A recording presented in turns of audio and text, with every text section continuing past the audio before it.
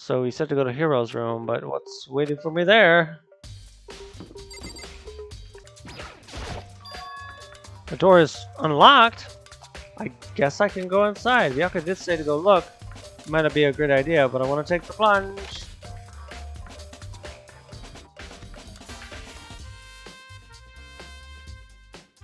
This is Hero's room. There's all kinds of weird stuff in here. Where do you even get it all from? More importantly, he still hasn't turned up. Which means he can't really complain if I don't get his permission to go through his room, right?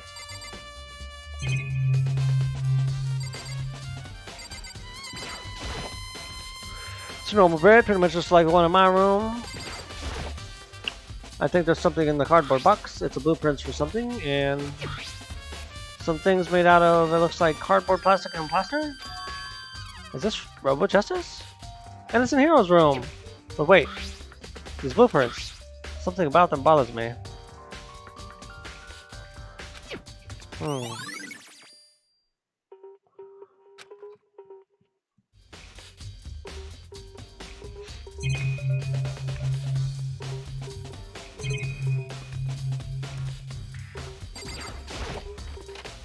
I soundlessly checked the bathroom. There's nothing in here, it's pretty grungy though. How does the bathroom even get this dirty?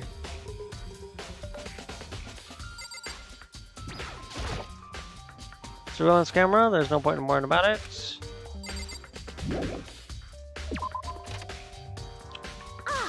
Makoto! Big news! Big news! What's wrong?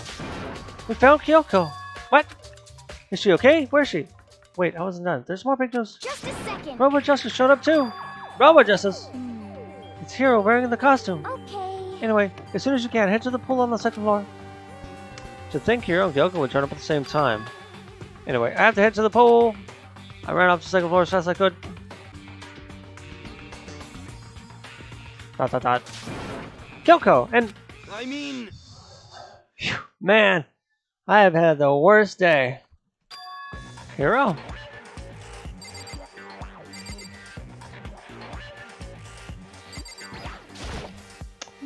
I am positive that is a suspicious individual that attacked me. Apparently that ridiculous object is Hero. I'd ask Kyoko for details if I were you. Right. I found Hero. He was jammed into the pool room locker. It looked like he was fast asleep, so I kicked him and woke him up. Don't be mean! I can't believe you just kicked me! You could have been a little more gentle about it, like, I don't know, rest my face or something. What? That's creepy. Anyway, Kyoko, where have you been all this time? You just disappeared all of a sudden without a trace. Wow. There was something I had to check up on. What do you mean? Never mind. I can't never mind. It's nothing. Never mind. Hey. More importantly, she says that, but does she have any idea? Does she know people think she might be spying for the mastermind? First of all, Hero, you need to explain to us why you're dressed like that. I mean... well, I have no idea. 1 second I was asleep, don't even know what happened. Then I woke up, and then I was here. I don't care. Do something about that costume. It pains me to just look at you. Well, I don't know what's up with this thing, but I can't actually get it off. A little help? Why would you make something that you can't take off by yourself? I didn't make this stupid freaking thing. There's a clasp on the back that's keeping you from getting it off. It looks pretty sturdy. I don't think you can get it off on your own. We don't really have a choice. Let's help him. It took everyone's help, but slowly we were able to get here out of the suit. It took a few minutes, but eventually we all got the pieces. Free at last! Isn't it kind of weird how perfectly the suit fits here? So then... More to the point, nobody but Hero would be able to wear that costume. Wait, what? Hold on a sec. Honestly. Don't bother trying to act innocent. The blueprints were in your room as well. Is that okay? In other words, it's obvious to everyone that you made this costume. That's true. I saw the blueprints myself. Yeah, me too. Could it be... Then it's obvious. I want to put this costume on and went around attacking everyone. That's terrible! Well, it's Hero. Shall we tie him up and gag him? Just the worst. Good idea. We wouldn't want him killing anyone else. To tie me up? Hold on, guys. I think it's going a little far. That's right. He may be a suspect, but he deserves fair treatment. Yeah, I mean, attacking blueprints? I have no idea what you guys are talking about. What the heck? You can't talk your way out of this. It's been decided. You killed him. What? Killed who? I have no idea what you're talking about. Must be a fake hero running around. What are you saying? You're the one who can wear this costume. Who else but you could possibly be the costume attack murderer? What the heck? How do you know I'm the only one? Maybe you should try it on for yourself before you convict me. Okay. Fine, I want to be a jerk about it, I will. If you're gonna be a jerk about it, I will. Without missing a beat, Hina started putting the costume on. Huh. See? Look. See how loose it is? I mean, come on. I'm blind as a bat in here. Can't see my feet at all. I'm surprised you got anywhere in this thing. I'm telling you, it wasn't me. And not to mention, you totally can't bend at the waist. Seems like a pretty obvious oversight. That's not a very nice thing to say. Hmm? I mean, it's not like I made it. I just got caught up in the moment. Well, either way, now we know for sure, right? I mean, it seems pretty clear that nobody but Hero could have fit into this dumb costume. In a huff, Hina took the suit back off again. Ugh. Well, now you're all out of excuses. No, see, it's because you're a girl. If it was another guy, then... Makoto, go ahead. Okay. Against my will, I picked up the pieces on the floor and tried putting them on. It's no good. Arms too long. There's no way I can wear this. Just a second. I told you it's impossible. You're absolutely right. It seems this costume was made to fit Hero's body exactly. But There's another costume. They must have one that looks the same, but it fits them. Honestly. If you insist on this line of defense, then show us some evidence. what the heck? Evidence? You claim there's another suit, yes? Then you must find it and show it to us. What the heck? Just the worst. Who cares? You're the only one without an alibi. During this whole thing anyway. That's terrible. Which is how we know it was him. I mean, is that really true? I have no idea what's been happening. Could someone, like, tell me? Robo Justice costume. What the heck? If you don't tell me what's going on, how am I supposed to understand? I think I figured out that someone's been killed, right? And Makoto, who was it? Well, two people were killed. Taka and Hifumi. What? Two people? Just the worst. Why are you freaking out? You did it. I did not. Wait, hold on. If those two are the ones that were killed, How about that? that's it. I know who did it. So then. You may as well tell us. Hmm. Taka and Hifumi were fighting over Alter Ego, right? I'm at least Which means 30% Alter Ego right. Energy Hero must have done it. Correct. I see. That's unfortunate. Please. Huh? Unfortunate? What the heck? Stop trying to trick us. Just admit you did it, okay? I'm telling you, you got it all wrong. Oh, I know. so That bad. note. No. Last night, someone slipped a weird note under my door. And then here's what it said. I found a hole maybe we can use to escape. Monokupo can't find out, so don't tell anyone else for now. Let's meet up in the rec room at 1 a.m. But the last thing I remember is going to the rec room, then for some reason I fell asleep. Hey. The real killer probably drugged me or something. Just the worst. Not a chance. So. No, hold on. He could be onto something. The nurse's office did have chemicals that could do that. Huh? What? Really? I told you, someone's trying to set me up. A secret message, a secret passage, a chance to escape. Someone wrote all that to trick me. Ah. Even if it's true, you must be dumb fish to bite every piece of bait that floats in front of you. Well, after being trapped here so long, even if you know it's a lie, you still gotta check, right? They preyed on my desire to get out of here. They deceived me. Ah. I still don't buy it. Don't be mean. Well, you should buy it. Just a second. Okay, then show us that note. Hmm. With pleasure. I have it right here in my my pocket. No Looks way. like I lost it. Ah. Yeah, sure. Please. Please, you gotta believe me. I wouldn't hurt a fly. As I said before, if you want us to believe you, you must produce evidence. Can you show us the note? I have no particular issue with what you claim, but if you want us to believe you, give us a reason.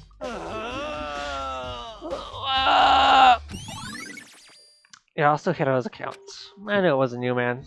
Now then, shall we resume our investigation? There's no time to waste before the trial begins. Why do we need to keep investigating? We already know who did it. What the heck? Why? Why did you kill him? Tell us, Hiro.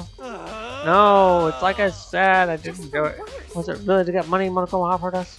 Yeah, that must be it. You must be a totally broke, that's why. And that's why. Wait, that's false accusation. Someone help me. What are you saying? Just be thankful we have bound and gagged you. If you have time to yell and carry on, you have time to search for your evidence, right? Ah, you're right. I need to look for the second suit in that note. Pete, don't fail me now. I guess I better get back to guard duty. I was gonna ask Genocide Jack to switch with me. But if she and Sakura got into a fight, we'd have a catastrophe on our hands. Bye-bye. One by one, everyone peeled away. Makoto. Hello. Huh? I want you to help me with the investigation. It would seem... It looks like I got a late start on this one, so I need to make up some ground.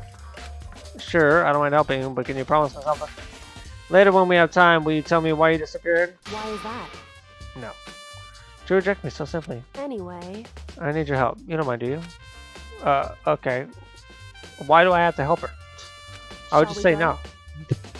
It's like, you have to tell me why you disappeared. It's just like, no, alright, I'm not helping you. Screw off. Hey. But no. We got a milquetoast for an MC. So Makoto, first I'd like to examine the corpses. Examine the corpses. I can't believe I'm hearing that from a girl the same age as me. Correct. Dead bodies don't lie, you know. They tell the truth far more easily than living. Hey. Wouldn't you agree? How am I supposed to answer that? Anyway, we have to hurry before the class trial begins again. Yeah. Okay then, show me where the bodies are. They're in the repository. Then I guess we should head that way for now. Hifumi and Taka. For a moment, Kyoko seemed to go rigid, but only for a moment. so then... Well then, let's get started. She crouched down next to Taka and without hesitation began poking and prodding the bodies. I knew it. The Monokuma farmer was right. They were killed using similar weapons. Her movements were so smooth. She was so calm. Seeing how comfortable she was actually made me feel a little more comfortable. Alright, what do you have? I see. Makoto, I found something. You did? Hey. You remember the wristwatch Taka always wore on his left hand? He did. Are you so oblivious to the people around you? Do you dislike other people that much? No. No. Anyway, you said he had a watch? So then... Take a look. It's broken. You can see that the hands aren't moving, right? It's most likely broke when he had the encounter with his assailant.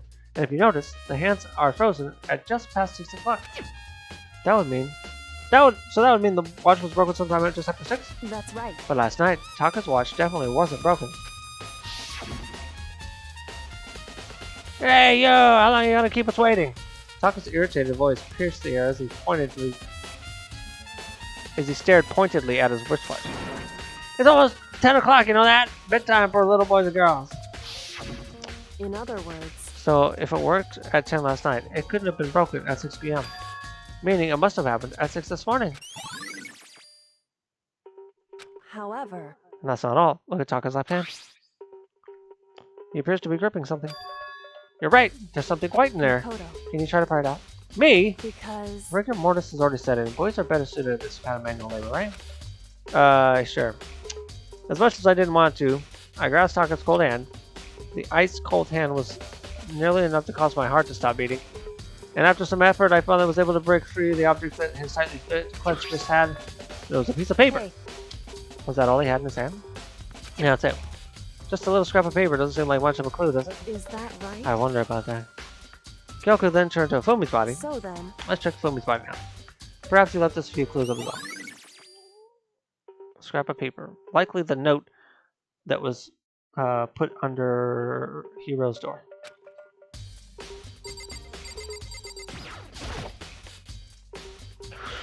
Biggest problem I have right now is how the killer was able to move the corpse. We already said that.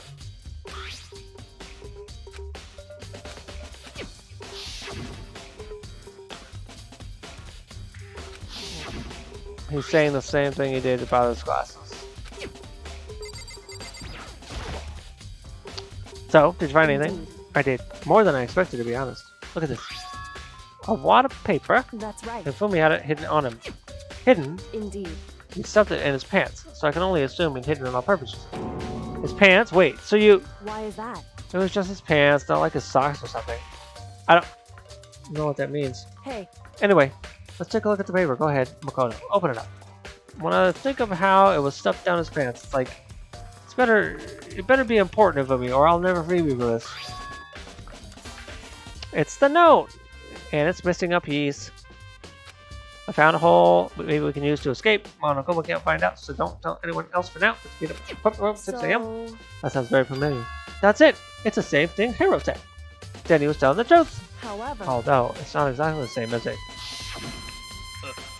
Last night someone slipped a weird note on my door. And that's what here's what it said. I found a hole maybe we could use to escape. When the Koopa can find us, so don't tell him. Well, let's meet at the rec room at 1 a.m. Time is different.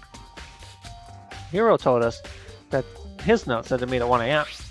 But the note they wrote to Afumi asked to meet at 6 a.m. Is that right? Hold on. Just because Afumi had a note doesn't mean it was meant for him. Huh? So... Part of it has been torn off, right? I think there's likely some meaning there. There's some meaning to the part being ripped? Could you maybe explain a little? Be careful. Hey. Why would he have been clutching that scrap of paper so tightly? I have no idea. So then... What if it wasn't just a scrap of paper when he was holding it? What if it was something more important? And now, how would something important like that become a mere scrap of paper? That's what you need to answer. Hey. And while we're at it, I should tell you one other thing. The two victims this time definitely had their e-handbooks on them. So the handbooks have nothing to do with how the murders were carried out. Not that there was any reason to think they were connected to the killings in the first place. So you're saying I don't have to think about the handbooks this time? Is that right? If you didn't have to think about them at all, I wouldn't have gone out of my way to mention it. All I said was that they weren't used to help carry out the murders. There may come a point, however, where a handbook may play a role. A handbook may play a role? I don't think I understand. But Kyoko thinks it's important, so I'd better keep it in mind. I knew that was going to be the end of it.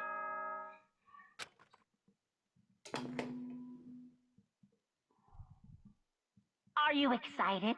Are you pumped? It's time for the class trial to begin!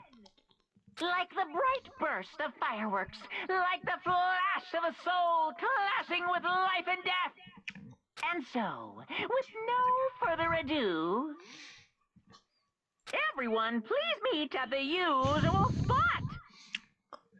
Make your way to the red door on the first floor of the school. See you soon. It would seem... It's unfortunate, but I suppose this is where our investigation comes to an end. You'll have to figure out the rest for yourself and come to the proper conclusion. Yep. Shall we go? Well, we better get going. Okay. I wonder what would happen if I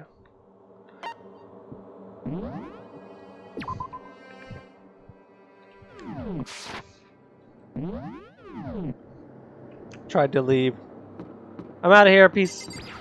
Game won't let me, right? No running away, blah blah blah, yeah, whatever. Can I go in here? No. The game is just too rigid, man. Too rigid. You may as well just put me in there in the beginning instead of giving me the option to click on the door. Alright, everyone had heard Monokuma's proclamation, and they were gathered at by the red door. And as soon as we were all there... Monokuma appears! He's multiplied! Wrong! Nope, not multiplication. It just looks that way because of an illusion. I'm moving so fast it only looks like I multiplied. Can you guys tell which one is the real Monokuma? Can we just get on the elevator already? Boy, tough crowd. You're not playing along. Stop talking. We're not here to play with you. Okay. Okay, fine. Hey! Then if everyone's here and ready to go, please aboard the plane train. Elevator. I'll see you guys down there. Let's go. Okay then, shall we? Hold on. I'm not mentally prepared yet. What the heck? You'll never be mentally prepared.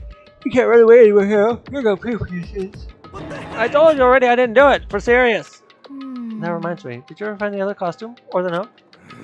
Well, no, but... How unfortunate. Then it would seem we have our culprit.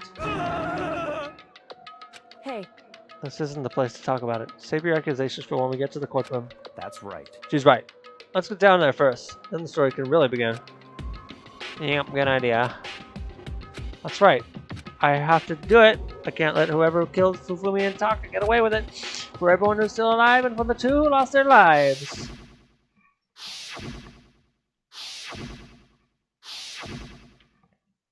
The one who killed Fufumi and Taka. The one who killed our two friends. The killer is... someone right here. Is it though? I took one last deep breath, exhaled slowly, and began to walk toward the elevator. And once everyone was on board, the doors closed on their own, and the steel box began to move. The clunking of the elevator kept us company as we fell down further and further. There was no going back until we settled this. We couldn't go anywhere. I'm not sure how long it was before the elevator finally came to a stop. The elevator door slid open, opening us to a cruel fate. When I see all of you gathered together like this, I realize just how few of you there are left. Your school life is slowly reaching its climax. Just the worst. Only because of you. Why? Why are you making us do such cruel things to each other? What? Huh? Do you really hate me so much? But I'm so cute. Come on. Stop moving around and begin the trial. Don't rush me. Of course I'm gonna start. I would never be like, stay tuned for the action-packed class trial after this commercial break. I'd never hold out on you like that. Okay, let's begin. Get to your assigned seats. And so the curtain opened once again. A deadly judgment, deadly deception, deadly betrayal, deadly riddle, deadly defense, deadly faith, deadly class trial.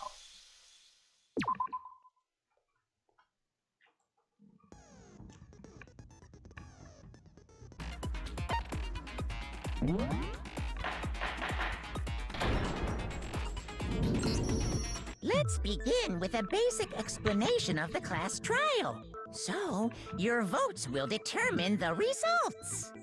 If you can figure out who done it, then I'll punish everyone. Now then. We already know who did it. Was that? What was that? It was Hiro. He does not have an alibi for when the murders took place, and we found him in that suit. Don't try and deny it. You killed them. I didn't. Someone knocked me out. I was asleep the whole time. I don't know anything about it. Shut your murdering mouth, murderer! Who are you calling a murderer? I am sorry to say, Hiro, but we do have evidence. Blueprint for the suit. Parts we assume were used to build it. And all of it was found in your room. You have to admit, the evidence is quite compelling. It points to you as having created the suit and wearing it while committing crime after crime. How many times do I have to tell you? I don't know. I don't know. Is Hiro really the killer, or before anything else, we have to make that clear?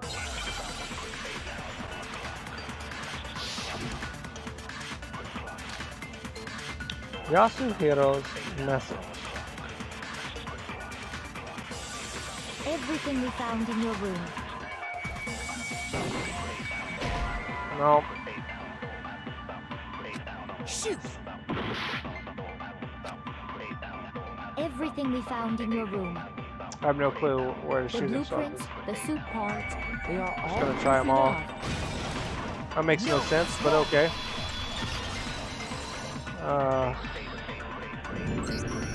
Are we sure Hiro really made those blueprints? Oh, okay. What do you mean? Well, take a look at this. It's the note that Hiro wrote, asking everyone to meet up after Alter Ego disappeared. The handwriting's obviously different, wouldn't you say? When you compare it to the blueprints.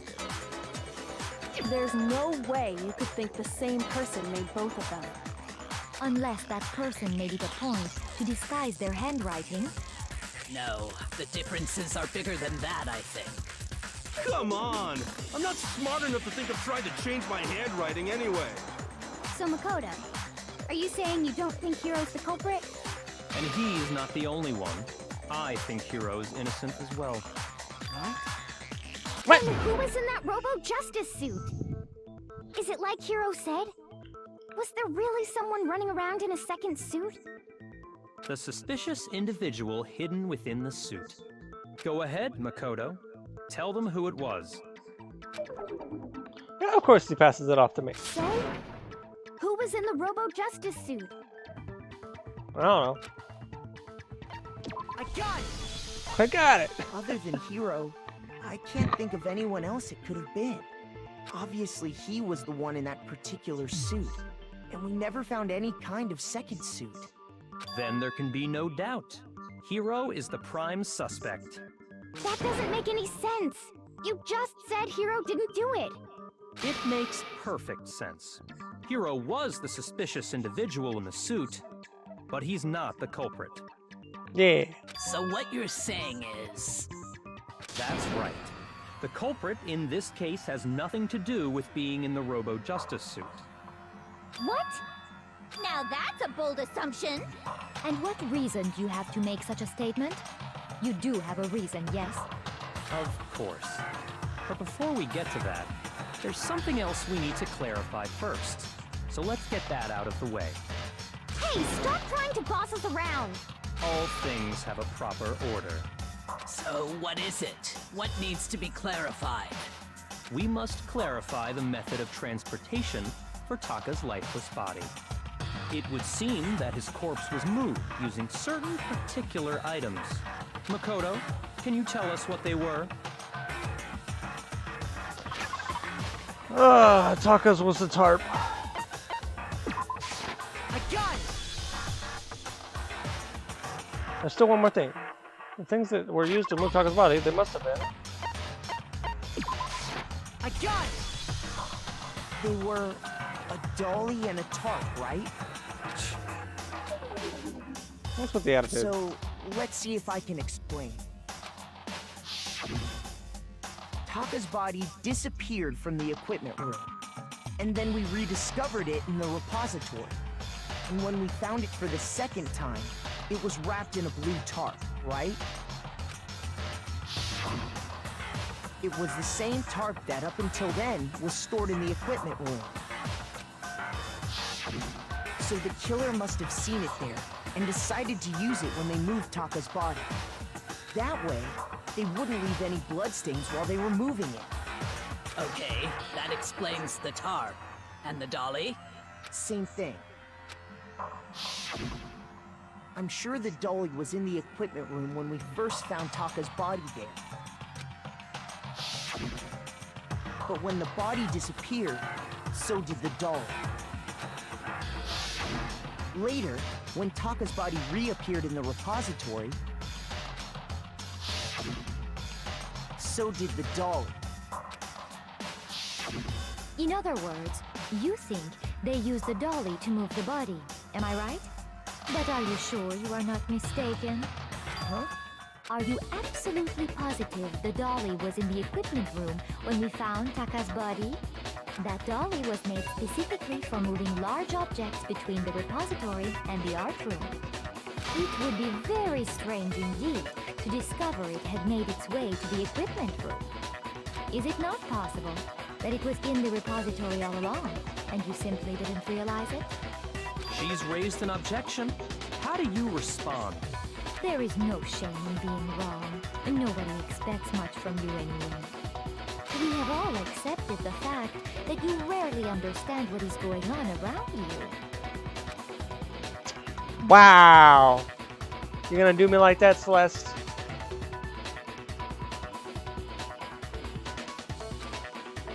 If I can just explain to them why the dolly must have been moved from the equipment room for the repository.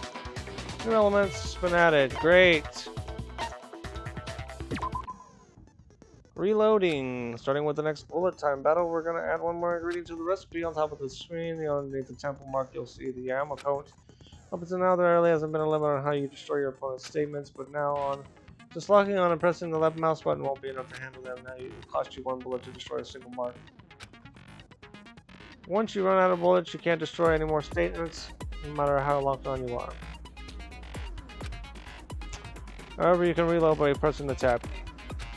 Just like locking on, you'll have to press tab key anytime with the mark. Basically, just remember that the tab key now has a function along with the right and left buttons. You will automatically reload at the start of fever time, and your ammo will not decrease. But if you actually difficult decisions, then you won't have to reload at all. In case you're gonna know everything I just said. Well then, good luck and have fun.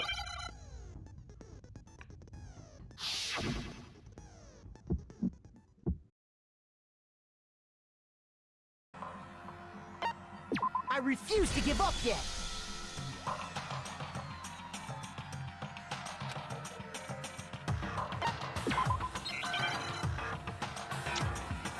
This is gonna be a lot of the same. The good news is, it won't show up on YouTube. I cannot agree. You are a fool. So pathetic. Lies will get you nowhere. Do your worst. Away with you. You miserable wretch. I cannot agree. You are a fool. Lies will get you nowhere. Do your worst, you miserable wretch. You have it wrong. I cannot agree. You are a fool. So pathetic. Lies will get you nowhere. Do your worst. Away with you. You miserable wretch. I cannot agree. You are a fool. Lies will get you nowhere. Do your worst, you miserable wretch. You miserable wretch. You have it wrong. I cannot agree. You are a fool. So pathetic. Lies will get you nowhere. Do your worst. Away with you. I cannot agree. This should prove it. Jesus Christ.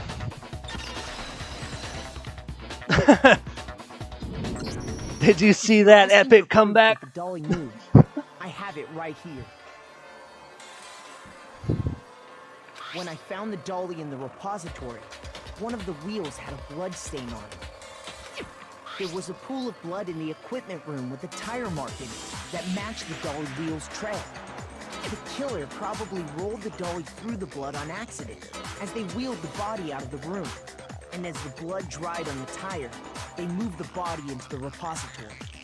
So there's my proof that the dolly was used to move Taka's body.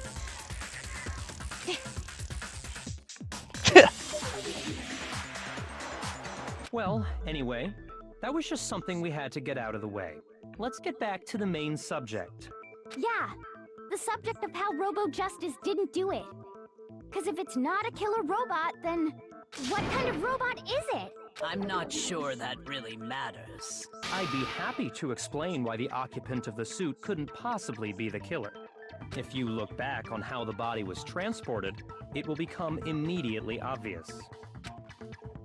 If I look on how the body was moved, it'll be clear what the person in the suit couldn't have done it. What does he mean by that? Well, he can't bend over in the suit. I always said that right at the beginning. But even without a handle, Not sure why it didn't let me shoot it. Didn't let me shoot it the first time. It just bounced off for no reason. Ugh. You're absolutely right that you could push a dolly without a handle if you stoop down low. But if you were wearing that suit, do you think you could actually get into a position like that? what do you mean? Think back to what you said when we were all checking out the suit together. Remember?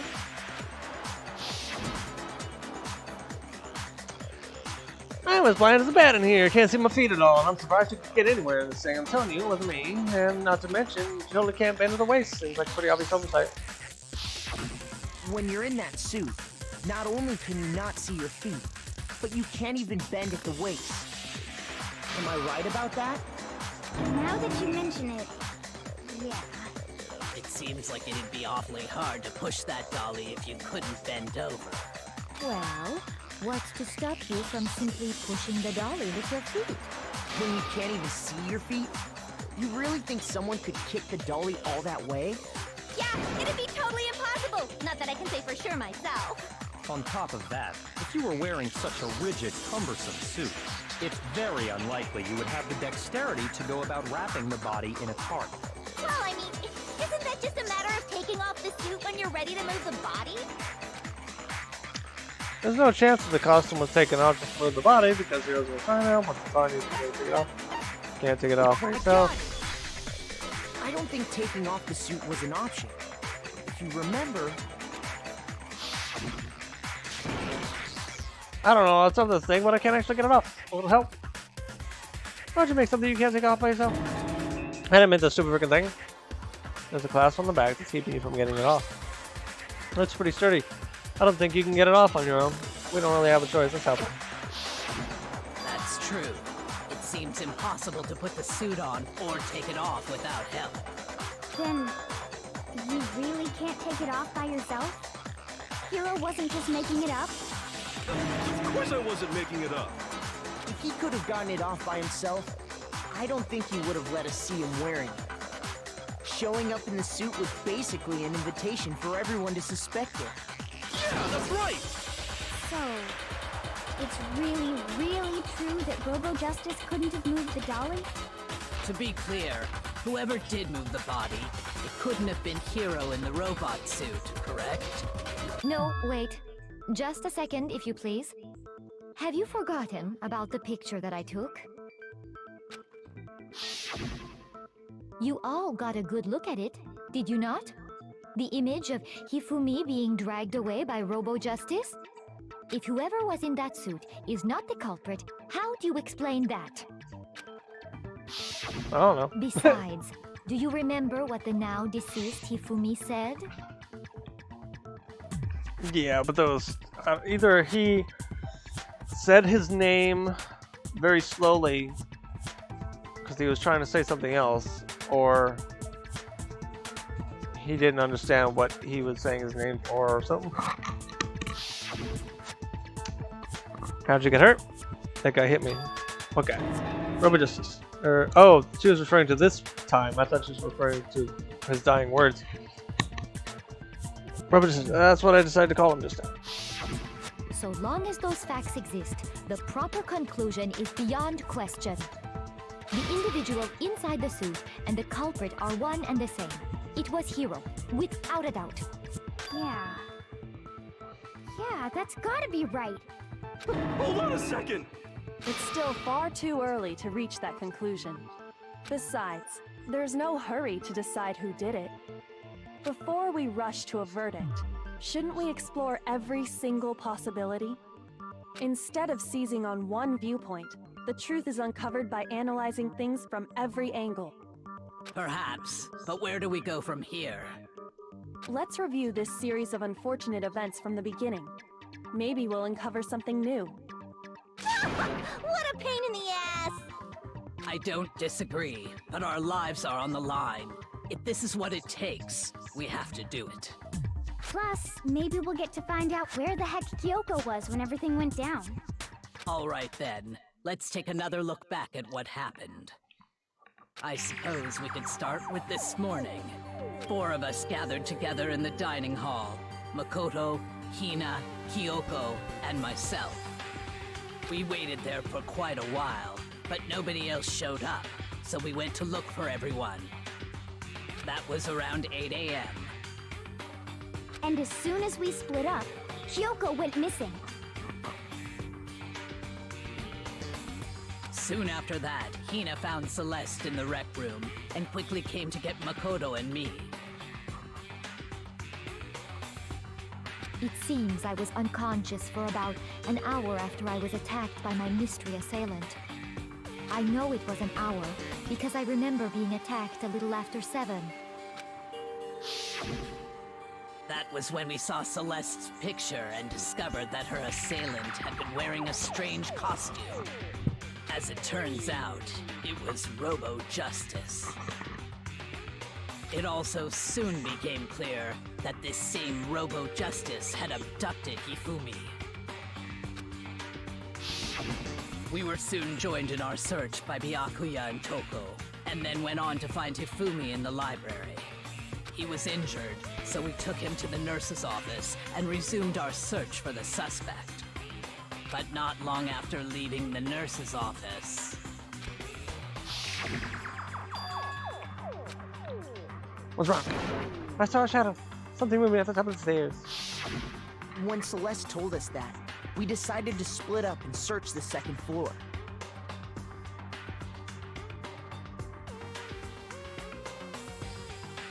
And soon after that, I saw someone moving around on the 3rd floor, and I yelled out to everyone as soon as I did.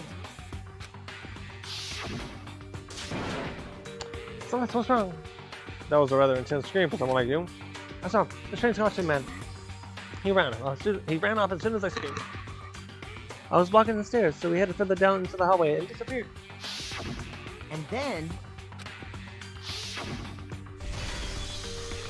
Yeah! Oh yeah! That came from downstairs! It must have been Fumi! He's in the nurse's office! This is bad, come on, we have to go back. At that point, we decided to divide up into 2 groups. Celeste, Hina, and I went back to the nurse's office, while Sakura, Byakuya, and Toko chased after the suspect. When we got back to the nurse's office, we found Hifumi, dead. And that's when we heard the body discovery announcement. I left Celeste and Hina there and headed back to the 3rd floor to let the others know what had happened. Meanwhile, we had just discovered Taka's body in the equipment room. We must have found both bodies at almost exactly the same time, because we heard the same announcement not long after we discovered his body. And that's when I told you guys about Hifumi. Then the 3 of us headed for the nurse's office. But right after we left the physics lab, we ran into Celeste, who'd arrived after us, and she told us something very surprising. Hifumi's body has disappeared. We rushed back to the nurse's office and saw that she was right.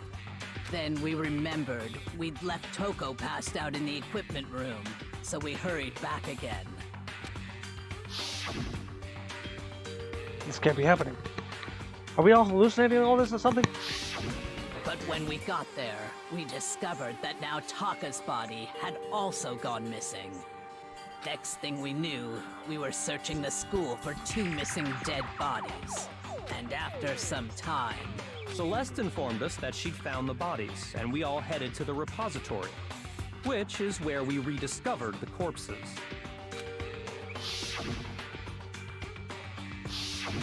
I think that about covers it. I see. The whole thing sounds exceptionally complicated. Tell me about it. It certainly seems to me that these are not a simple series of connected events. Okay, well, if that's true, then what?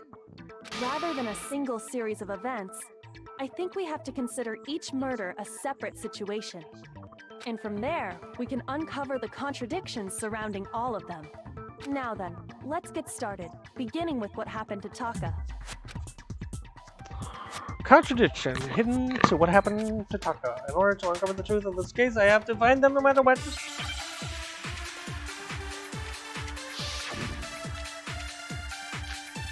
This hammer is...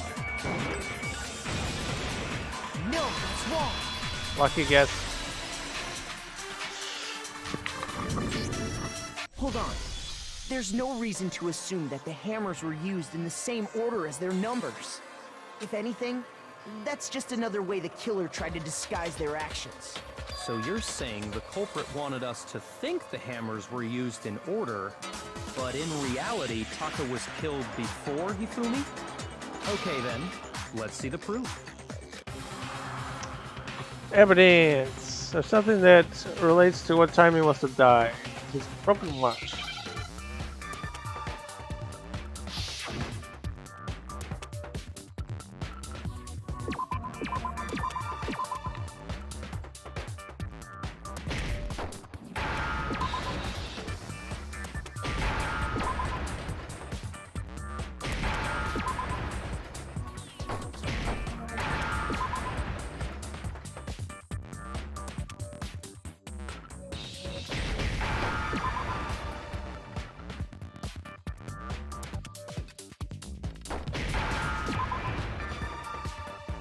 Now I understand. I've got it. Taka's wristwatch. See? Look. It broke with the hands pointing just past 6 o'clock. It must have gotten broken when he was attacked by the killer, because as of last night...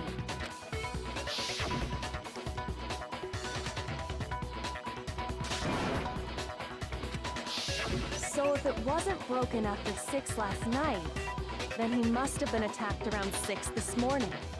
And that would be his official time of death. But if that's true, then he was killed well before Hifumi. And before Celeste was attacked this morning, which happened around 7. That's right. Taka was killed before any of the other incidents took place. That simple fact slipped past all of us. We made the wrong assumption about the order of events, all because of those justice hammers. That's exactly why the culprit wrote the numbers on each hammer and had them increase in size. That way, when we saw how they were used in each incident, we'd easily make that wrong assumption. Now, if Taka was killed around 6, then everyone's alibis for his murder go out the window. Because when he was killed, we hadn't met up in the dining hall yet. That may be true in the case of Taka's murder. But all of our alibis still hold true for Hifumi's death. That's right. With him, at least, we're all safe.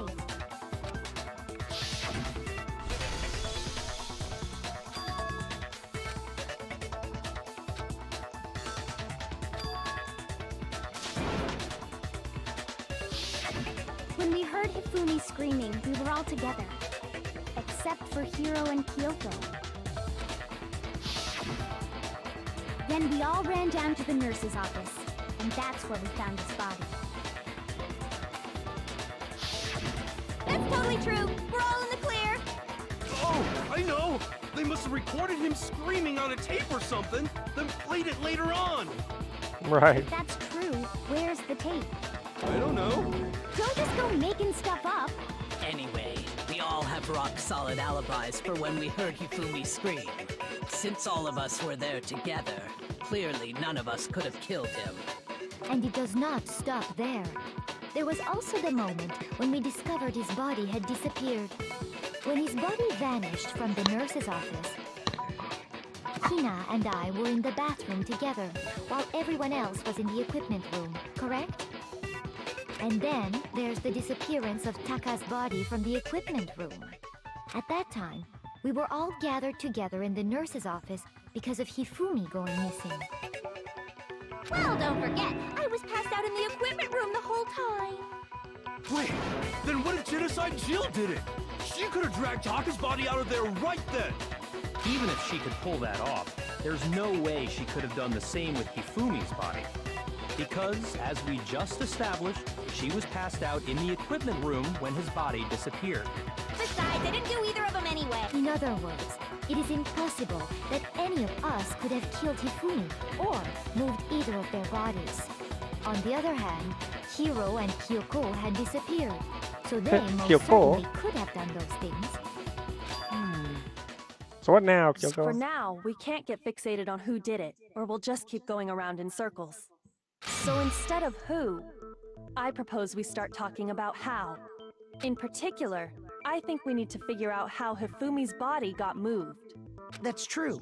We searched everywhere, but we couldn't figure out how to explain his body disappearing. And according to what Celeste said, We could not have been gone for more than a minute or two, though. So Nicole was able to get in and move from his body in that short amount of time? It would seem so. his body apparently disappeared in the 1 minute her and Hina took their eyes off of it.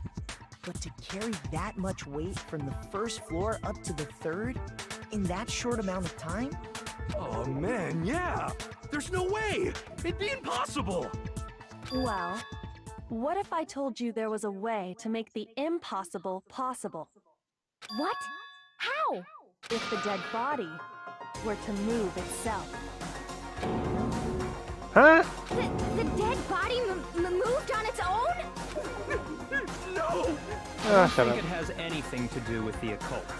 I think what she's implying is, we thought Hifumi was dead, but perhaps in reality he was still alive. He was alive? Are you saying Hifumi wasn't carried out of the nurse's office, but simply walked out on his own? But I mean, we found his body. He was dead. Perhaps he was simply playing dead. That it isn't possible. The idea that Hifumi was still alive. Is it really possible? I mean, he did talk to Aoi. How? Surely you heard the body discovery announcement. Hifumi's Dead body had been found. No, it's wrong.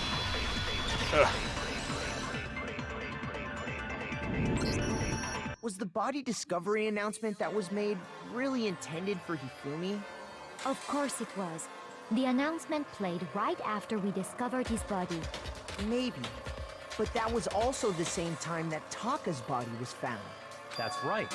It wasn't long after finding his body that we heard the announcement. So there's a good chance we've made a mistake in there somewhere. I think we've confused whether the announcement was for Hifumi or Taka. First of all, if 2 bodies had been found, there really should have been 2 announcements. Maybe Monokuma simply got lazy and rolled them together into one. What do you say, Monokuma? Any comment? Well, it's a very sensitive issue, so I can't go into too much detail. But what I can say about the body discovery announcement is that it's only broadcast when 3 or more people find a dead body for the first time. That didn't answer our question, man. We were asking if you're a lazy bum. No, actually, that was plenty. Huh? He said it's only broadcast when a body is discovered for the first time, which even if we find the same body again later, he won't make the announcement again. If that's true, then why was the announcement made again later on? Huh? Later on? Exactly. We heard the body discovery announcement twice. The second body discovery announcement, the first time it played, was when we found his body in the nurse's office, in the equipment room. And the second time, was when Choco was found unconscious, wasn't it? No? Shoot! Game over, man. Game over.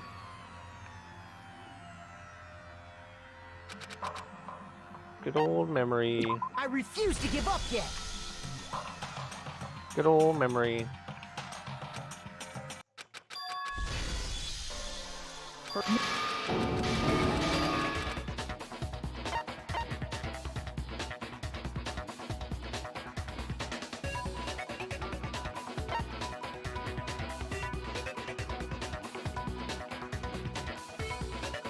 got it! We heard it a second time in the repository, when we rediscovered the 2 bodies. Ding dong! A body's been discovered at a certain amount of time, which you may use however you like. Casual style will begin. It didn't seem weird at the time, but it contradicts what Monokuma just told us, doesn't it? Exactly. If we were actually rediscovering both bodies, the announcement shouldn't have played.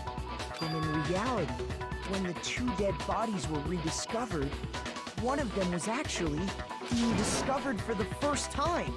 So, when we found Hifumi the first time in the nurse's office, he wasn't actually dead yet. Meaning, he wasn't actually found dead until we came upon him in the repository. And that's just part of it. There's one other thing that leads me to believe he was still alive in the nurse's office. Oh, I know! Because he was super good at playing dead! Bada bing, bada boom! That is the worst logic I have ever heard. But honestly, I do not think there's anything that can prove he was still alive. Yeah, there is. Okay then, let's take another look at the events surrounding the discovery of his body. Then it should become clear whether he was really alive or not. This whole thing is pointless. There's a couple of things to prove he was alive. 1, he talked to Aoi with his dying breath, and 2, he freaking wiped his glasses clean.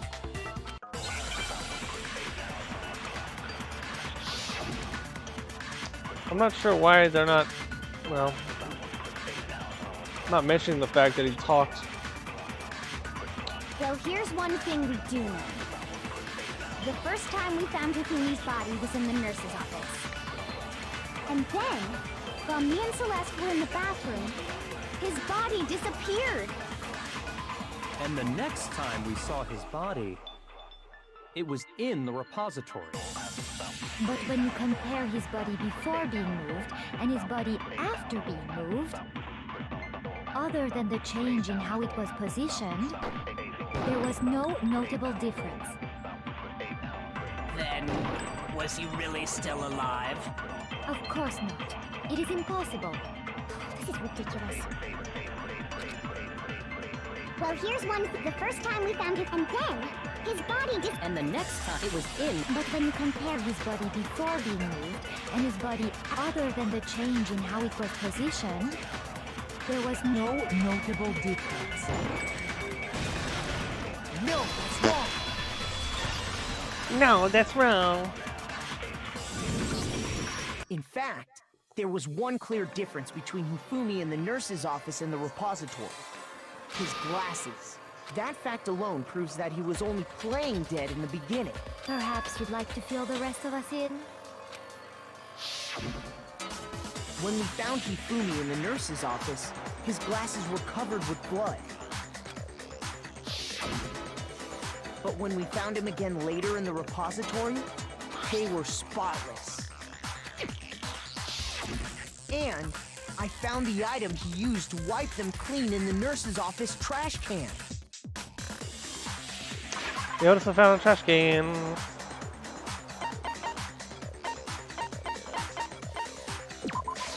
I got it!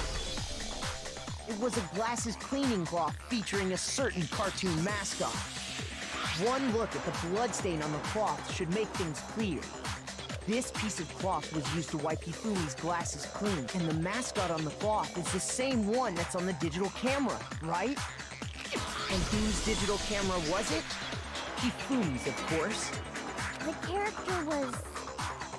Princess Piggles. From Demon Angel Pretty Pudgy Princess, I think. I highly doubt anyone but Hifumi would have brought something like this to school. I see your point. And the only people here who wear glasses are... I wouldn't be caught dead using a tacky piece of garbage like that. A few tissues is all I need to keep my glasses clean. Then there's no question. It belonged to Hifumi. So what you're saying is... What exactly? What I'm saying is, the blood on his glasses was wiped away using his own glasses cleaning cloth. Even if that is true, it does not mean he wiped the blood off himself. But who would benefit from a clean pair of glasses other than the glasses owner? That's a good point. And it must have been him, right? So let's assume that Hifumi was still alive in the nurse's office. He pretends to be dead. Then when he's alone, he wipes his glasses clean so he can see. Then he stands up and walks out on his own 2 feet. And with that, the impossible task of moving his copious corpse becomes possible, wouldn't you say? But then, if he was just pretending to be dead... What was with all that blood? Was it paint or something? The fridge in the nurse's office contains packs of blood for emergencies. He probably used one of those. He figured if he was gonna play dead, he should go all out, so he just dumped it everywhere! But he got crazy with it and had to wipe his glasses off when he was done! God, what an idiot! And if Hifumi was still alive at that point, the disappearance of Taka's body is easily explained. It should be perfectly obvious who must have moved Taka's corpse.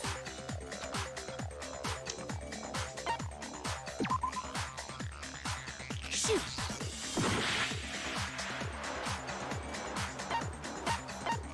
I got it!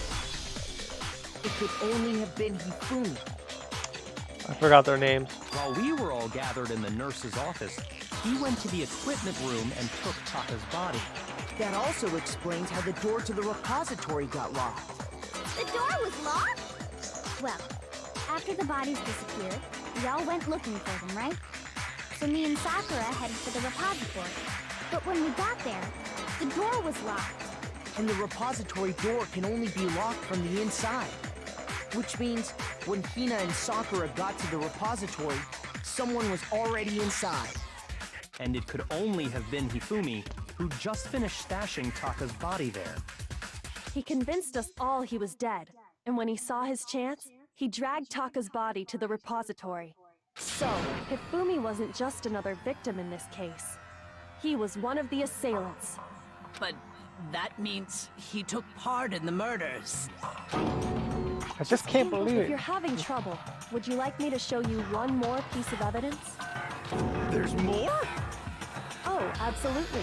The single biggest fact pointing to his involvement has yet to be revealed. You know what I'm talking about, right, Makoto? The item he took off of Taka's lifeless body?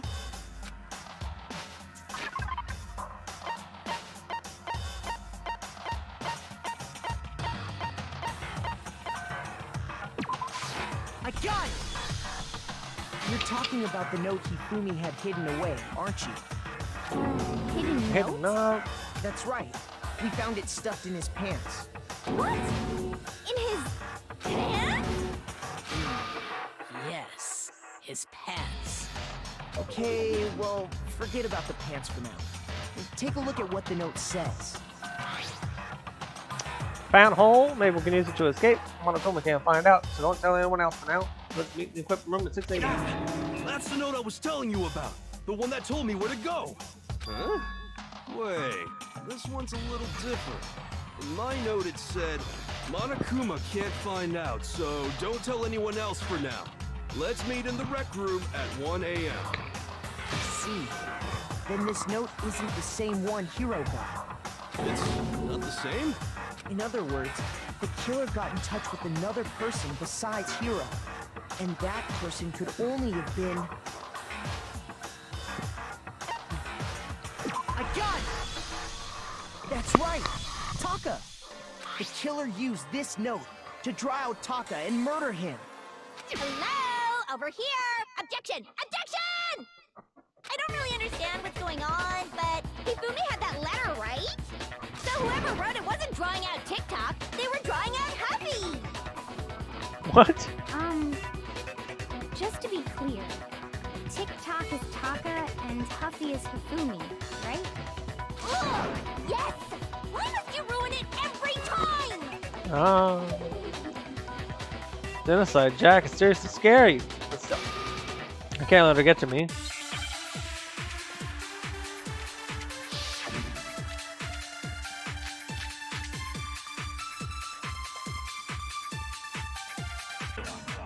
The murder weapon had to be one of the Justice Hammers. No, it's wrong!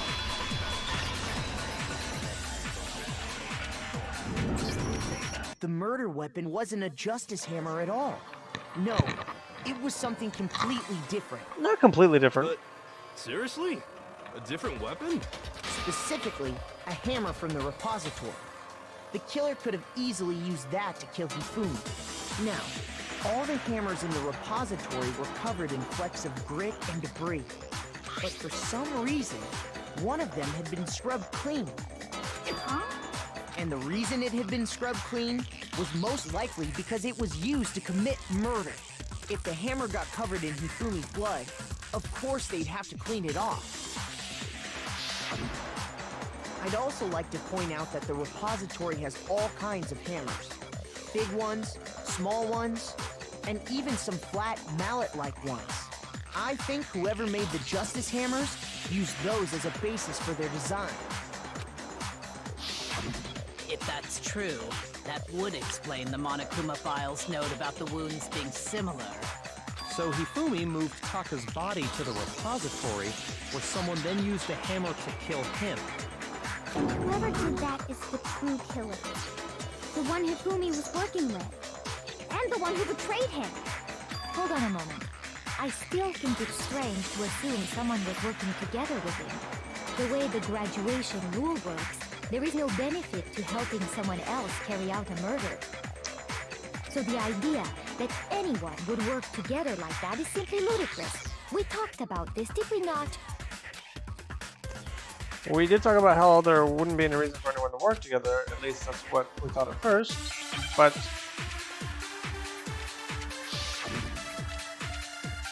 You actually carried out the... Assuming the rule holds true, it is... No, it's wrong! that was just a process of elimination. I don't understand how those Since there were two bullets are murders, connected. it's at least plausible that more than one person was involved. What do you mean? If there'd only been one murder, then yes, the idea of an accomplice isn't really worth considering.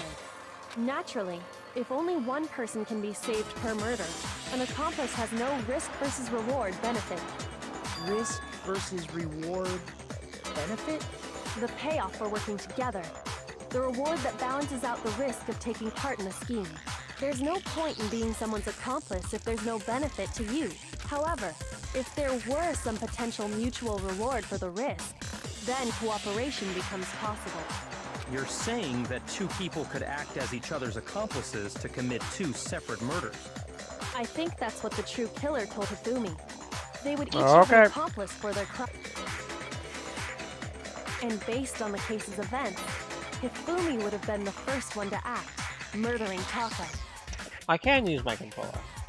They made him carry out the first murder so he couldn't back out of helping them later on. So in this case, there wasn't one single person committing multiple murders. Instead, each person killed someone, creating two separate incidents.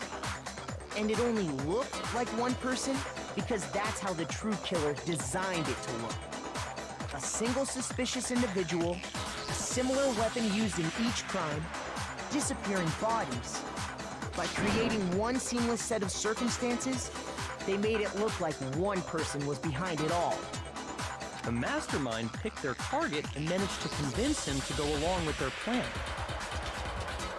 And then, to avoid the no accomplices rule, they simply killed their accomplice. Which, if true, means that betraying Hifumi was part of the plan from the very beginning. That's just awful. How could anyone be so cruel? You think so? I can't help but admire its cunning. Still, their choice of accomplice seems odd.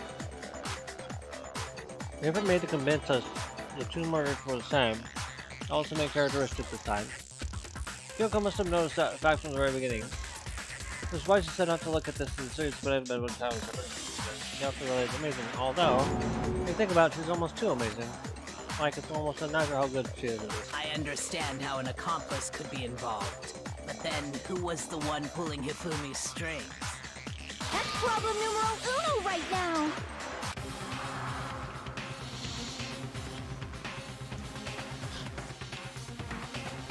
The true killer manipulated Hifumi to carry out a number of actions, and in the end, murdered him.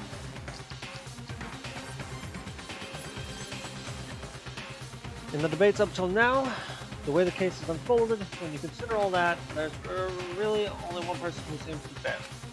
Yes, sir? Uh-oh, I don't know who it is.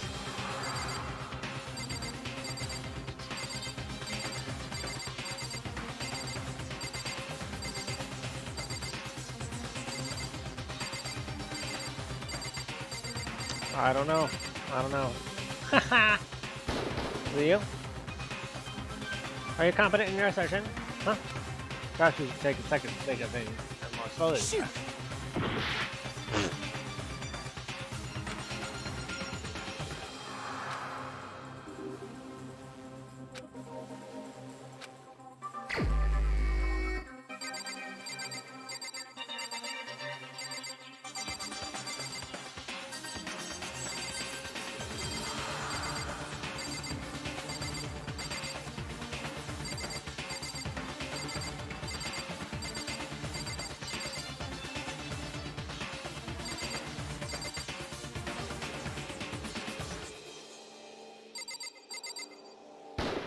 Oh no. Me? What are you basing that on? I would much like to hear your explanation. Guess when you put it that way, I don't really have an explanation. Alright, you have no basis for your claim, in other words. So then, could you point out the real killer? Shoot! Haha, I'm dead, oh no.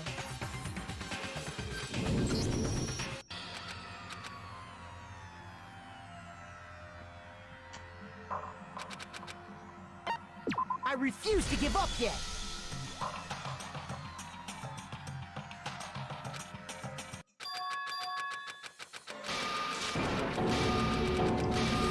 This is where I just pick a different person every time. Can't be her.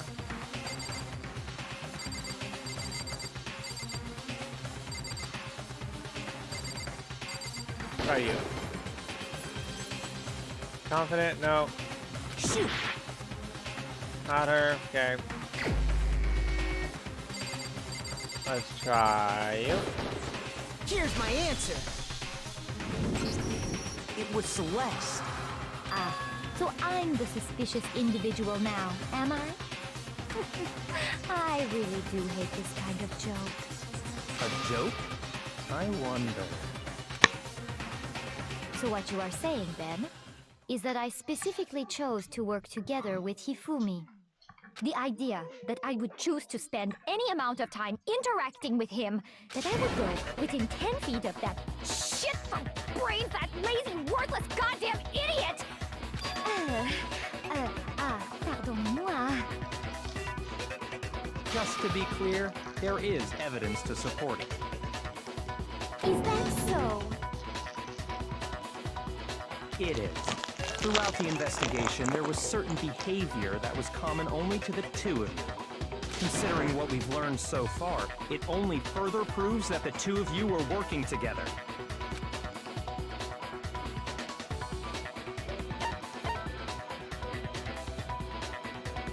I got it! The behavior they had in common has to do with the suspicious individual in the suit, doesn't it? The only ones who ever actually saw Robo-Justice firsthand were Celeste and Hifumi. Shush, the adults are talking now. Sorry. As he said, only Celeste and Hifumi ever laid eyes on the costumed individual. If we accept that Hifumi was one of the culprits, we can't help but suspect what Celeste has said as well. Are you saying everything they told us was a lie? After taking Hifumi to the nurse's office, we all began our search for this individual, correct? And not too long after that, do you remember what Celeste said? I saw a shadow. Something moving around upstairs. We headed to the second floor specifically because of what she claimed to have seen. Next, to draw us all to the physics lab up on the third floor, She let out a blood-curdling scream. and when we'd all come to see what was wrong, what was it she said? Slash, what's wrong? That was a rather intense scream for someone like you. I saw him, the strange costume man. He ran off as soon as I screamed. I was walking the stairs, so we headed further down to the hallway and disappeared. Once she'd done her job of getting us all up to the physics lab, it was time for her partner to get to work.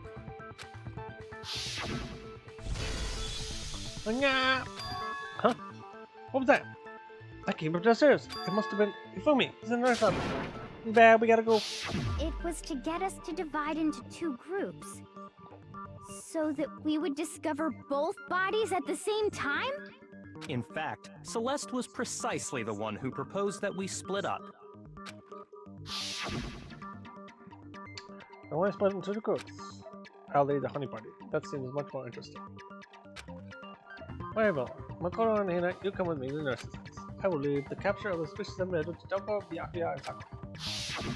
Well, if Celeste and Hifumi were working together, all those chance events suddenly become connected. And on top of that, that piercing cry of yours early on.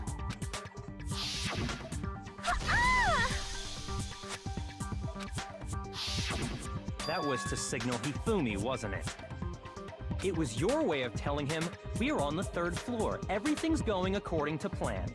Why else would you let out a scream that could have carried across the sea? I just realized another strange thing.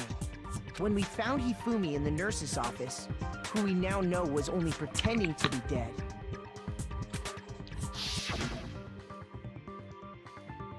Someone was not expecting this. I don't imagine that Hifumi would be murdered. Celeste, you were the first one to say he'd been murdered. You wanted to make sure we wouldn't have any doubt in our minds. I don't believe it. Everything. The whole thing was one big act. Hina, you were with Celeste when Hifumi's body disappeared, right? Yeah. I was feeling kind of sick, so Celeste took me to the bathroom. Wait! Then that was... She wasn't worried about you. She just saw a chance to help Hifumi sneak out of the nurse's office. Each piece isn't much by itself, but start putting them together and the picture gets very ugly indeed. Wouldn't you agree, Celeste? I have no idea what you mean. Don't bother trying to deny it. You made one fatal mistake. Oh, did I? I didn't even catch it myself when you first said it, but looking back, I can say that that one little slip-up was your undoing. What are you talking about? I'm talking about what you said after Hifumi's body disappeared and we returned to the nurse's office. They must be really enjoying this. Enjoying the sight of us standing around frightened and confused. We're all going to die here. We're all going to die just like those guys died. I remember her saying that too, but I don't understand what's so strange about it. Then pay attention. Sakura, Toko, and I were first to discover Taka's body in the equipment room. Then Makoto showed up and told us Hifumi had been killed. So Sakura and I left with Makoto. Once we were in the hall, we ran into Celeste, and the four of us headed to the nurse's office. Now, the entire time we were together, none of us said anything about Taka being dead. Think about it. Celeste's comment doesn't make sense. It was completely out of place. Yeah, I see what you're talking about. Although I don't really get what it means. You hear that, Celeste? Everyone's having some trouble understanding. Could you repeat what you said? If you're really not the culprit, you shouldn't have any problem repeating it, right? The opposite Celeste comment doesn't make sense, but what is he alluding to?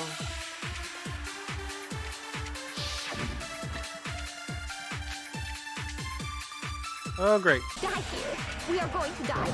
Just like... No, it's wrong. I hate that. I hate the game so much. That's right. There's no reason Celeste should have said, just like those guys died. When she said that, none of us had told her Taka was dead. Exactly. And we didn't run into her until after we were all out in the hall. Now, when she said that, I was thinking to myself that when she said those guys, she wasn't referring to Taka. She was referring to to people like Sayaka and the rest that have already died. So I don't know if she's going to use that as a reason or not. I would. So there was never any chance for her to have seen his body in the equipment room for herself. So how did you know, Celeste? How did you know more than one person had been killed? And how did you know they were both guys? Because Kyoko had also disappeared, right? So she could have been dead too. You all have such vivid imaginations. You know that? Imaginations? You claim that I was lying when I told you about the suspicious person I saw. Then what about the picture I took? How do you explain this picture of the costumed villain dragging Hifumi away? It has to be some kind of setup, right? So let's put the suit on, and then she used the camera's timer to set up the picture. Have you so quickly forgotten? You are the only one who could have possibly fit into that suit. Plus, I happen to know that this particular camera does not have a timer. In other words, it is an unassailable fact that this is a picture of Hifumi being dragged away. If everything I told you was a lie, how can this picture exist? Simple. Are we sure that's really a picture of the suspect dragging Hifumi away? What could you possibly mean by that? It's an empty suit. Surely there are other explanations than the one you've offered up. No, there is no other explanation.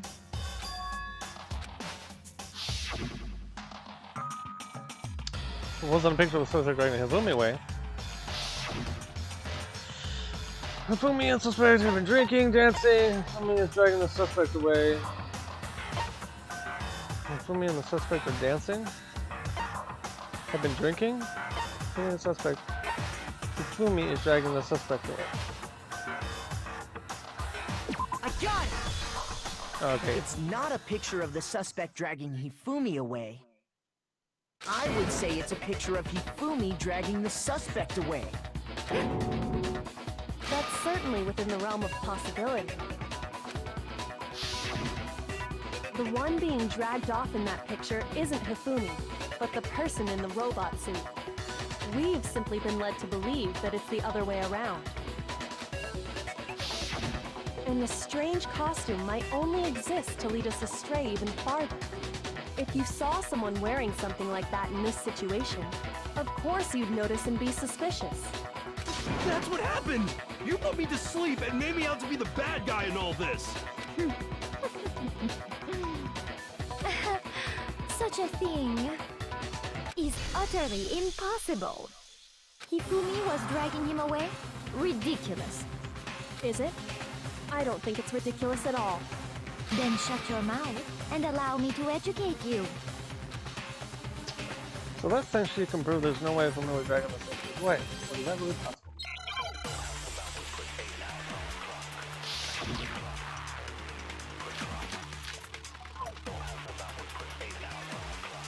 In the picture, the suspect is standing perfectly upright. If the person inside the suit, there's no way they could stand up straight. No, it's wrong.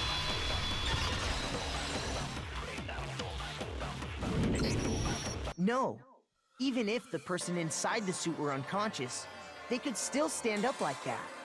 Because that Robo-Justice suit had a certain characteristic. Totally can't bend at the waist seems like a pretty obvious insight. That's right! They totally made a mistake when they made it, so it couldn't bend at the waist. I'm not so sure that was a mistake.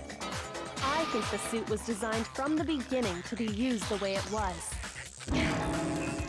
Celeste and Hifumi took the suit they'd specially designed and stuffed Hiro into it. That's how they were able to fake that whole thing.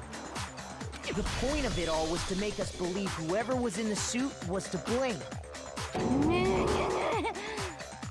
Well then, I suppose this is checkmate. Checkmate?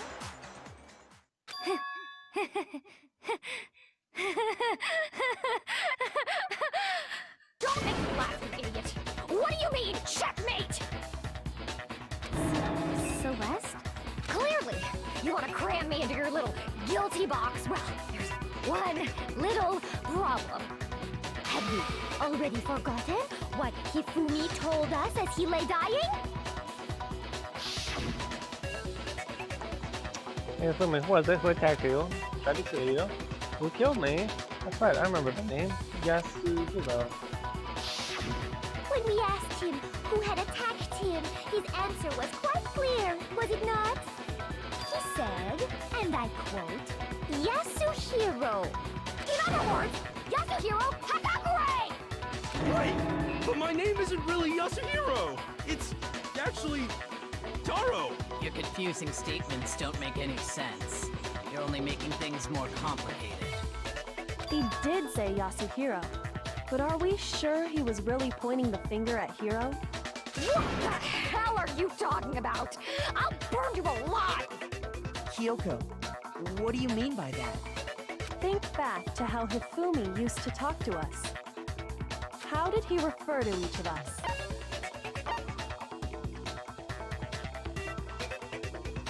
I got it! That's right! Our last names! He called us all by our last names! Exactly. I know I heard him say Mr. Naegi more than once, for example. So if Hifumi did mean to say Hiro's name, he would have said his last name, Hagakure. I'm sure it was just incidental. By chance, his first name.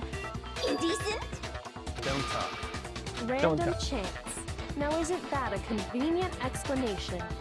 No, there's no reason to think he would have said the name any different than normal. But he must have run out of energy before he could say any more. So Hifumi was trying to tell us the last name of whoever killed him? But the name he said doesn't apply to anyone here. Oh, no. Hold on. There's one person it could apply to, and that's Celeste. She never actually told us what her real name is. What did you just say? To think you'd take your false accusation so far, I don't know whether to laugh or spit! Come on! Enough with your idiotic blather! Yasuhiro is a loser's name! Do I look like a loser to you? Well, do I? What? I think I've earned the right to be a little on edge. Okay, then fill us in. What's your real name? Make sure your ear holes are wide open and listen up! Hey, Duantes! My real name is Celestia Ludenberg. Could you please stop making me repeat myself over and over again? Celeste won't give up. So then, I have to do something to make her accept it. What is it? Oh, another. I hate these. Spell the Samurai's e-handbook. Oh, the e-handbook. Okay. Okay. You have no way to contradict me. Thank you. No, that's wrong. That's wrong. No. That's it. The handbook. What? Uh-oh. Anytime you turn your handbook on, it shows the owner's name when it boots up, right? Monokuma told us all about it before. This handbook is absolutely vital to the healthy school life, so don't lose it. When you start it up, it'll display your name. Always make sure to have the right one. Now, this is not your everyday notebook. It has so many more uses than that. So all we have to do is check her handbook, and that'll clear up everything. That's how we can find out Celeste's real name. That's an invasion of privacy. I refuse to cooperate.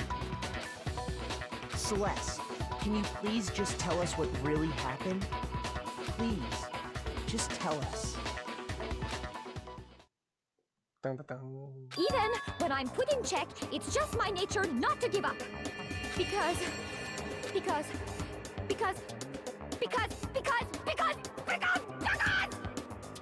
until the game's over, you never know what might happen. Fine then. Let me settle it. Let me go over the case again, from the beginning, and shed light on all your crimes. And that'll bring everything to an end. Oh, my favorite parts. I have to put pictures up. I hate this so much.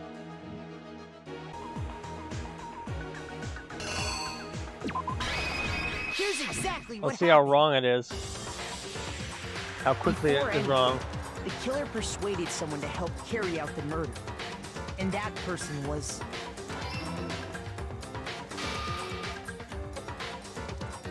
Hifumi. With an accomplice, the killer was able to execute a number of otherwise impossible schemes. Sweet, I was wrong. First, they convinced someone to meet them in the rec room last night at 1 in the morning.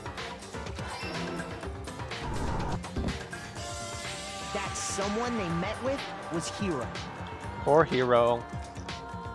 The murderous duo intended to pass Hiro off as the prime suspect. So when they met, Oh, sorry. they drugged him, knocked him out, and stuffed him into the Robo-Justice suit.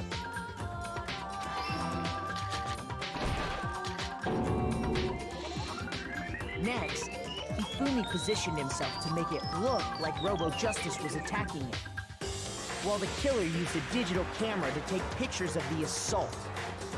They did all this just to create evidence that would put the suspicion on Hiro. When they were done with him, they shoved him, still unconscious, into the pool room locker. And then finally, at 6 a.m., they moved into the murder phase of their plan. They called Taka to the equipment room.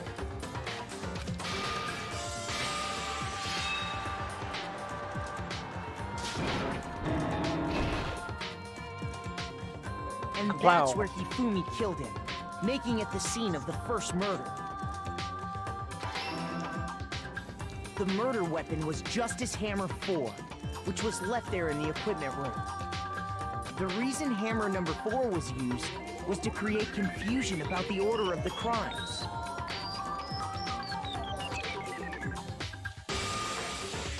So, next they falsified 2 more assault incidents. For these attacks, the killers pretended to be the victims to solidify Robo Justice as the suspect. The first fake incident was the attack in the rec room. There, the killers wanted us to see Justice Hammer 1 and the Robo Justice pictures they'd taken.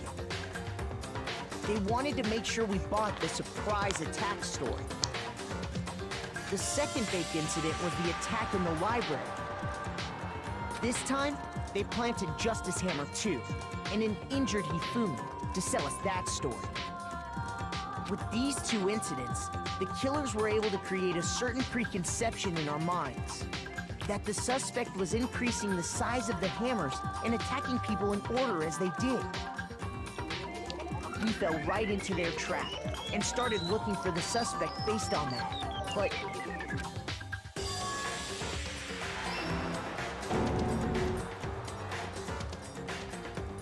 while we did that, we left Hifumi alone in the nurse's office.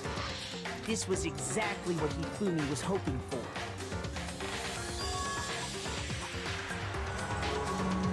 He took a blood packet from the refrigerator and Justice Hammer 3 and turned the room into a crime scene in which he himself had apparently been brutally murdered. He let out a scream to draw us back, and when we returned, that's what we found. I like how it shows the guys, the criminal's face in that picture.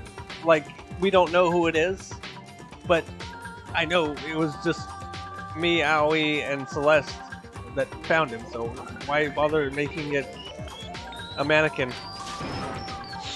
Meanwhile, the other group that had been out searching found Taka's body at the same time. So when we heard the body discovery announcement, we naturally assumed it was for Hifumi. We left the nurse's office, and Hifumi once again took advantage of the situation. He simply got up and made his escape. When we learned his body had disappeared, we all rushed back to the nurse's office. And once again, Hifumi had the chance he was waiting for. This time, he snuck into the equipment room.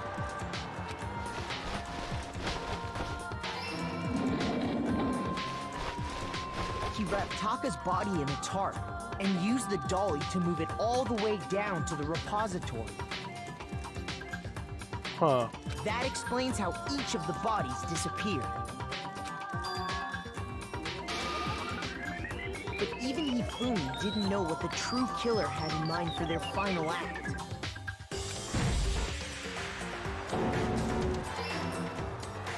Their plan all along was to kill Hifumi and get rid of the one person who could betray them. And they did it using an ordinary, everyday hammer from the repository. That should cover everything that happened in this case. And the villain behind it all is...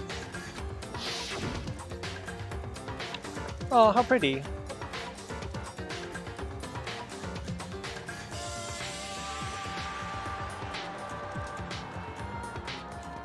Oh, she seems mad. Celeste! Sorry, you lose. No. I lost? I lost? When was the last time I was forced to utter such words? They hang heavy around my neck. Then you admit it? You're the killer? Listen to you, trying to take charge, as if you're my private instructor. I, Celestia Ludenberg. Actually, no. Taiko Yasuhiro is fine. Diego? Taiko! So, you finally accepted it. I'm the kind of person, once I've lost, I don't like things to drag on. Interesting.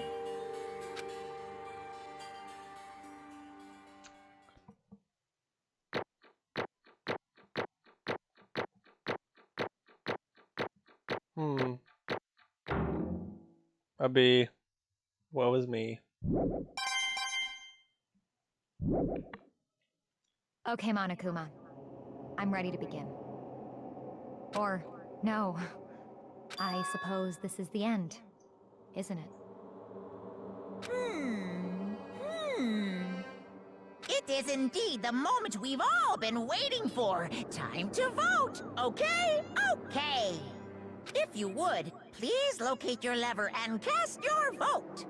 And when the votes are tallied, who will become the blackened?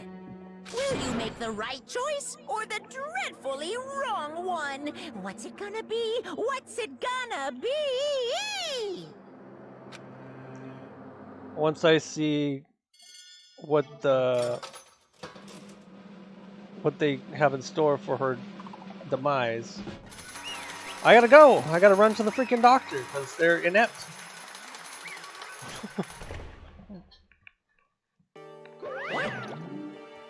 It's basically a formality at this point, but once again, you're totally correct.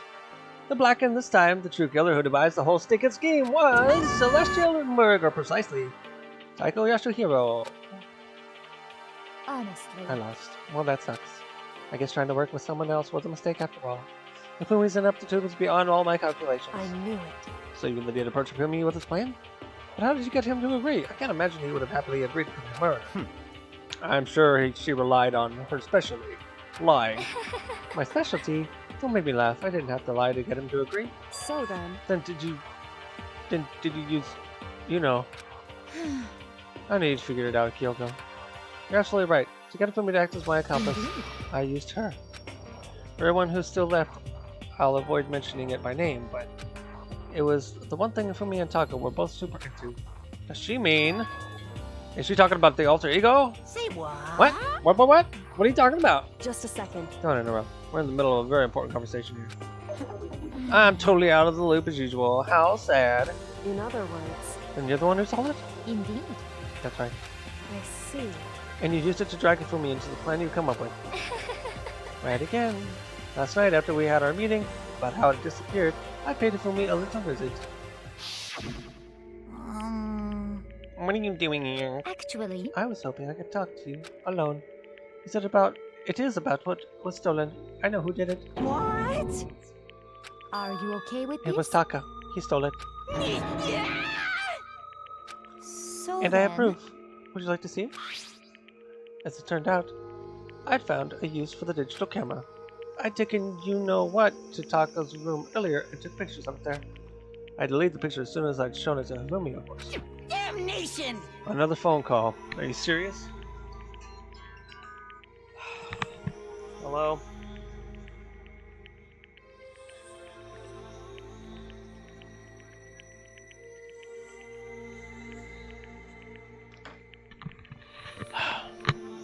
So it was him. But how did he do it? She was supposed to yell if either of us got close to her. You are correct. Which is why Taka forced me to steal it. Say what? As for me... Please forgive me. He threatened me. Oh, He did. As for He me... came to my room last night unannounced, and then it's hard for me to even say. He abused me. What? And he took pictures. He said if I did not do as he asked, he would show them differently. So I had no choice. Damnation! That's a crime! An absolute crime! I knew he got a little crazy, but I never imagined he would go that far. It was amazing how completely he bought it. I can't express how enjoyable that was. I'm about to say something I've never said before in my life. I'm going to kill him. I'm going to kill him! Most unfortunate. Wait, please. If you go now, you will be playing right into his hands. Actually... Taka is planning to use her to escape. And he has made you his target. What? Escape? You don't mean. Taka is going to try to kill you. Indeed. And also he can keep her to herself. Get. Completely unforgivable! Honestly.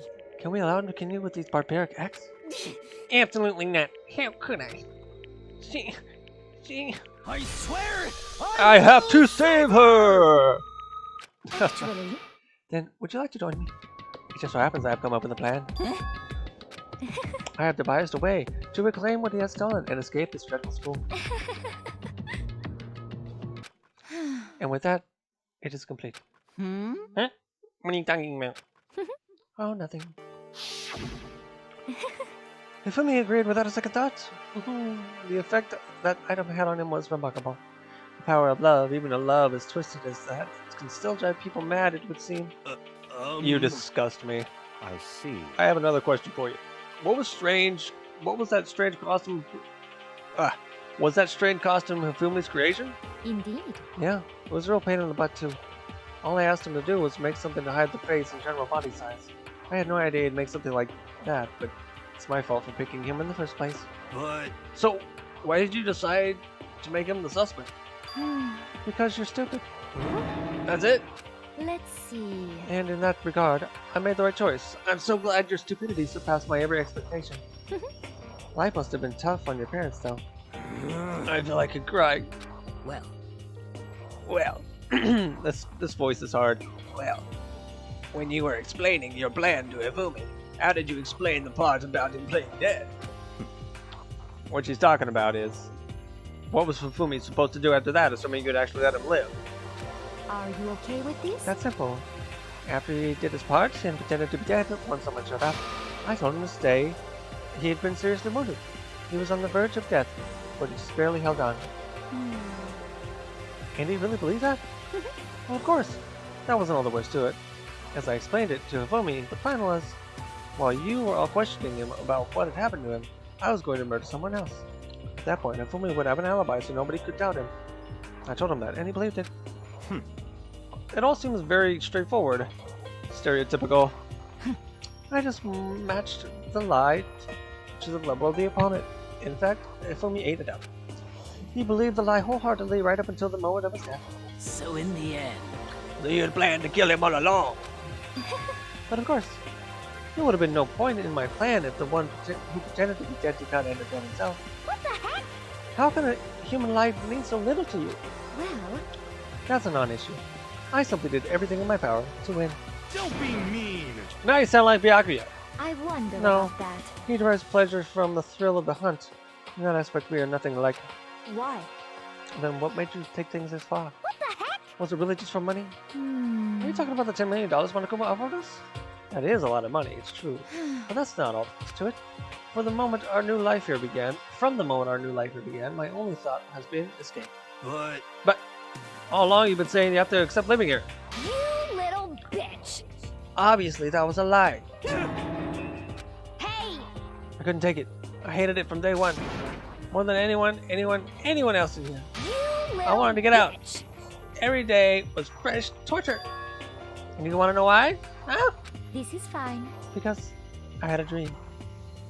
And accepting a life here would have meant nothing less than giving up on my dream forever. Honestly. And there was no way that I could ever do that. In the underground world of gambling, I risked my life to make a metaphorical killing. As for me, And it was all for that dream.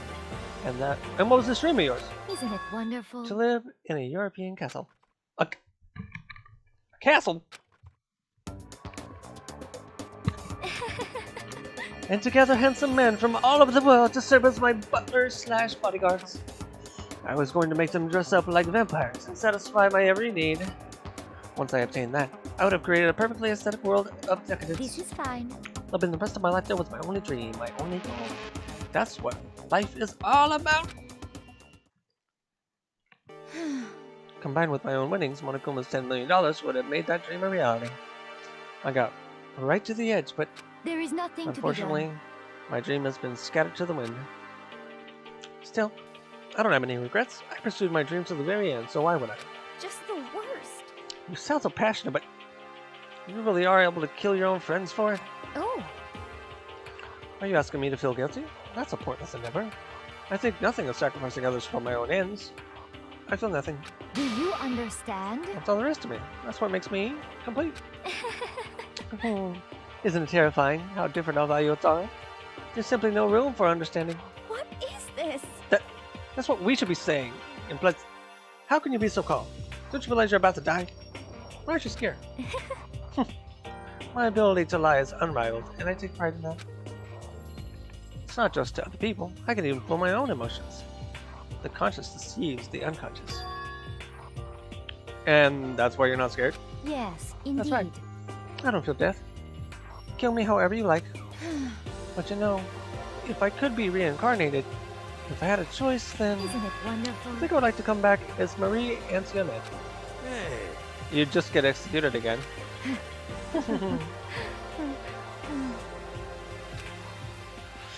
Celeste smiled then, and when she did, it looked to me like a poor effort to force it. She claimed she could fool her own feelings, but that statement itself must have been her final lie. And that weak, fake smile is what betrayed her. Y'all done? Okay, then let's get rolling. The black and disturb the beast and must pay the price. Now then, I've prepared a very special punishment. Let's give it everything we've got. It's punishment time! I guess I'll let Kyoko hold on to this. What? It's a key to something. Will it really give you the hope you're looking for? I can't say I ever saw it that way. Which is why... Actually, it's not important. Well then, take care, everyone. Perhaps we'll meet again, in another life.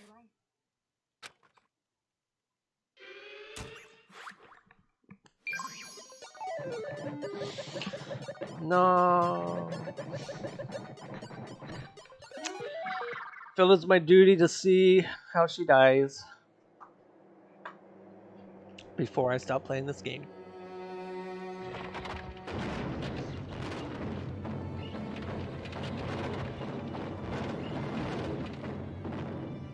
Goodness.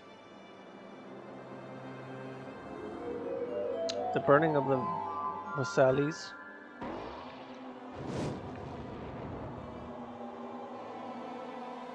Treating her like a witch? That's not very creative.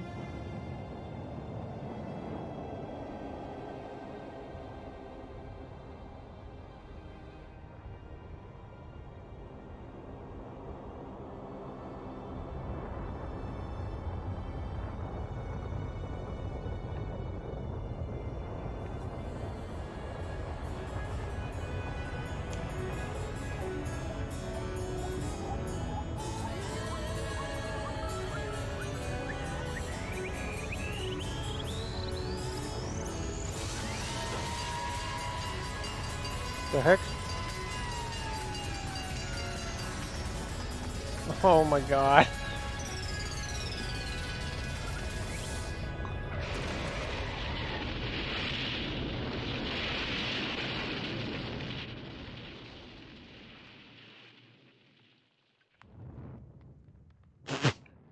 Like a he's dressed like a samurai.